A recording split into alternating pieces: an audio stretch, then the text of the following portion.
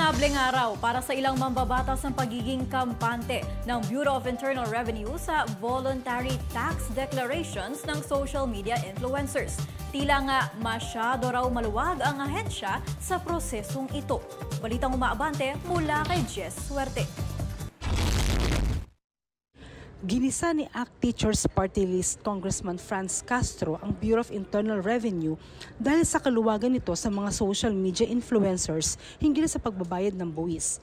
Sa muling pagdinig ng House Tri-Committee sa issue ng fake news at disinformation, inamin ni Atty. Tobias Gavin Arcilla ng BIR na umaasa lamang sila sa voluntary declarations ng mga social media influencers. Ang bagay na ito ay hindi kinatuwa ng mga mababatas dahil ang mga regular na manggagawa ay may otomatikong kaltas o withholding tax.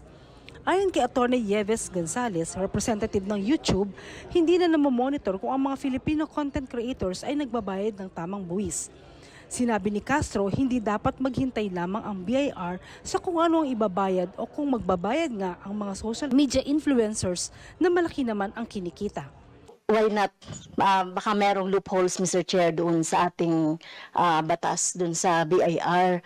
Kasi nga, di ba gusto natin talaga na to generate revenue from those engagements. Baka merong loopholes sa ating batas, ayon kay Castro.